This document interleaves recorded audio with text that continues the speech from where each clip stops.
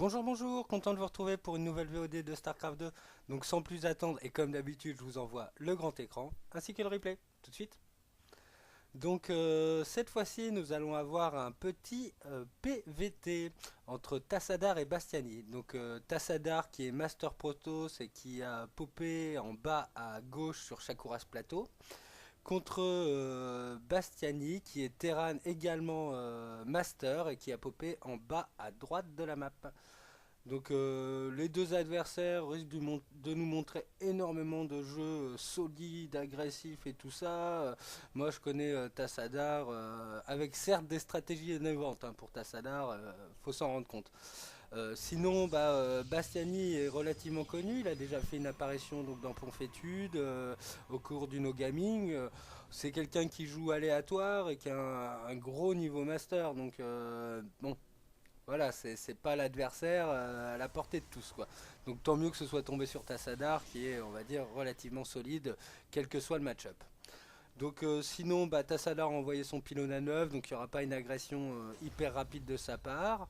Sinon, qu'est-ce que je peux vous dire de ce clan war contre les FRG et opposant forcément les clones, qui a eu, on va dire, pour l'instant, une victoire de Sun qui a un peu rééquilibré la chose, parce qu'en fait, on perdait déjà 2-0, j'ai pas envie de dire à cause, mais après les matchs en fait de Exu et de Mubi à qui on avait donné une seconde chance, mais qui est tombé contre un master, donc forcément ça a été très très dur pour lui. Et encore une fois, Exu qui a eu dû rencontrer quelques difficultés dans son match. Donc sinon, Tassadar a envoyé une guette classique et on va dire son assimilateur ainsi que son pylône. Donc là, rien de particulier de ce côté-là. J'imagine qu'on va se diriger vers un orbital opening pour Bastiani, sachant que c'est gaz, si je dis pas de bêtises, Baraka 12, gaz à 14 et orbital à 16. Exactement, c'est ce qui est en train de se passer. Donc les deux adversaires qui ont scout, Tassadar qui continue à rester dans la base de son adversaire pour prendre un maximum d'informations avant que le premier marine ne se pop. Voilà, le premier marine va spotter et Tassadar va être obligé vraiment de reculer. Bastiani qui dispose en fait un supply depot à ce niveau-là de la map, donc c'est pas mal pour avoir pas mal de vision. Bastiani qui est encore une fois retourné donc dans la base du Protoss, qui est en train de voir que le noyau cybernétique est en train de popper. Donc là, les deux adversaires sont totalement conscients de ce qui se passe chacun chez l'autre. Donc avec un petit avantage pour Bastiani qui continue en fait à scouter grâce à son petit VCS. Donc là sinon Tassadar va sûrement renvoyer sa probe on va dire sur une Xenaga. En effet voilà, la prise de la Xenaga est faite, donc un peu de map control, il a réussi à prendre en fait sa B2 assez rapidement. Donc que va faire Bastiani en réaction? Donc là deux premiers marines qui sont envoyés j'imagine au niveau de l'Xenaga et essayer de prendre les probes qui pourraient rester. Mais là ils vont rencontrer un premier Zilot, donc la petite bataille dans les fourrés comme on pourrait dire. Et là Bastiani est obligé de back. Bastiani qui lui également a fait One Rat Expand, donc deux stratégies très ouvertes et très macro pour les deux joueurs. Un réacteur qui a été popé de la part de Bastiani sur la baraque, donc beaucoup de marines en préparation.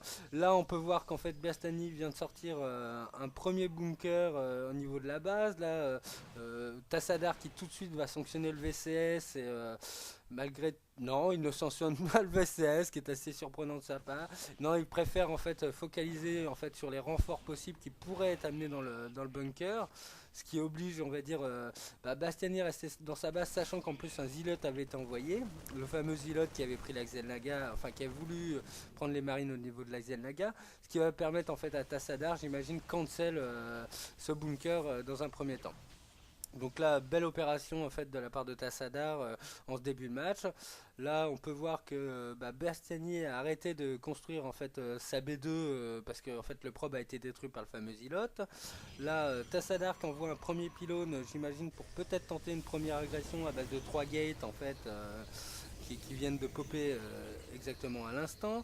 Donc là, ça va vraiment être une petite guerre entre les deux adversaires en termes de population, parce que les deux adversaires sont à peu près conscients de ce qui se passe chez l'un chez l'autre. La Bastiani qui va en être à 5 racks une fois que celles-ci sont popées. Donc là, on peut voir qu'il y a une belle colonne de marine qui est mise en haut de la choke de la B2, un deuxième pylône pour Tassadar pour pouvoir warper des renforts très très rapidement. Là, des stalkers qui commencent à masser en bas de la choke. Donc Tassadar qui commence à être pas mal dans la partie, qui commence à rentabiliser sa B2, tandis que son adversaire n'a pas encore fini de la construire. Un bunker qui est posé de la part de Bastiani. Tassadar est en train tout de suite d'agresser en fait son adversaire. La Sentry qui va, j'imagine, poser voilà, un premier glaçon pour couper un peu l'armée de Bastiani. Les stalkers qui sont rentrés forcément là dans la baie, au niveau de la B2, comment les VCS qui viennent de tomber, les marines également, le bunker qui vient d'être annulé pardon, excusez-moi, par la part de Bastiani. Tassadar qui est en train d'essayer de prendre, on va dire, la base numéro 2 de Bastiani.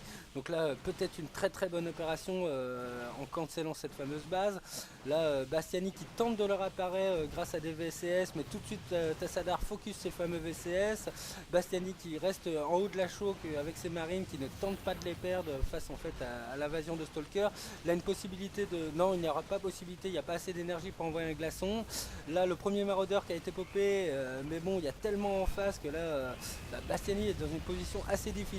Tassadar qui quand même s'empale un peu parce que là face au maraudeur c'est pas forcément la bonne opération à faire que d'essayer de monter la choke, et là Tassadar qui back et qui warp en conséquent des îlots pour un peu tanker en fait un peu l'armée. Là qui les met devant, c'est très très bien joué comme move de la part de Tassadar, là qui va pouvoir se permettre de pouvoir focus un peu les maraudeurs. Tassadar qui se met un peu à distance en fait de la choke et de la possibilité de tir de Bastiani avec son armée. Donc là, très bonne opération malgré tout de Tassadar qui a réussi à cancel la B2, qui de son côté réussit à bien développer son économie, et là qui va continuer son agression. Mais non, là il a repoussé tout de suite, il y a déjà beaucoup de maraudeurs qui ont été mis de la part de Bastiani. Donc là il y a presque 30 d'écart de pop, maintenant il y a 30 d'écart de pop entre les deux adversaires. Tassadar qui back un peu, histoire de consolider un peu son armée, a envoyé un ops pour prendre un peu d'informations, qu'est-ce qui pourrait lui tomber dessus. Donc là il est en train de voir qu'il y a 5 racks qui ont été développés de la part de Bastiani. Donc là je pense que Bastiani va essayer de prendre peut-être une B2 ou va peut-être tenter le all-in. Bon, le all-in serait un peu fort parce que franchement il n'y a pas assez en termes d'armée. Il va faire tomber le fameux pylône de Tassadar là, qui lui permettait en fait de warper des unités très très près de la V2. Tassadar qui prend toujours l'information en termes d'unités en fait de Bastiani. Là, la probe qui va tomber, mais il y a le pilote qui va résister. Donc Tassadar va pouvoir peut-être warper quelques unités afin de cancel, on va dire, cette micro-agression de Bastiani. Tassadar en réaction des maraudeurs là, qui avait envoyé j'imagine avant forcément j'ai envie de dire une robotique à quelques immortels. Donc là on va voir je pense un push très très solide, l'observateur qui a été cancel grâce à un scan, la B2 qui vient d'être posée, là Tassadar qui vient d'arriver et qui a pu tuer ce marine et donc sauver ce fameux pylône, et qui va je pense prendre une très très grosse option et surtout faire une très très grosse agression au niveau de l'armée de son adversaire. Ce qui est étonnant, c'est qu'il n'a pas posé de pylône de renfort plus proche. Là, il dispose bien son armée, va commencer à attaquer. Donc les îlots qui commencent à tanker, les immortels qui n'ont pas encore eu l'occasion de taper, les îlots qui commencent à attaquer les maraudeurs qui chutent un à un.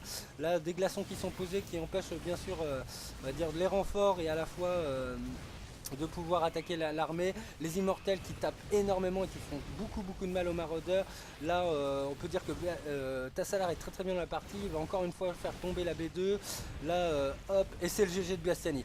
Bon partie très expéditive de la part de Tassadar, très bonnes options, très bon choix en termes d'agression, que ce soit en placement de ses unités, en timing d'attaque. Donc une belle réussite de Tassadar. Bon sans plus attendre, je vais vous envoyer la deuxième partie qui se passera, si je me dis pas de bêtises, sur Winter Belcher Beach. Allez, ornithorynque les amis, au revoir.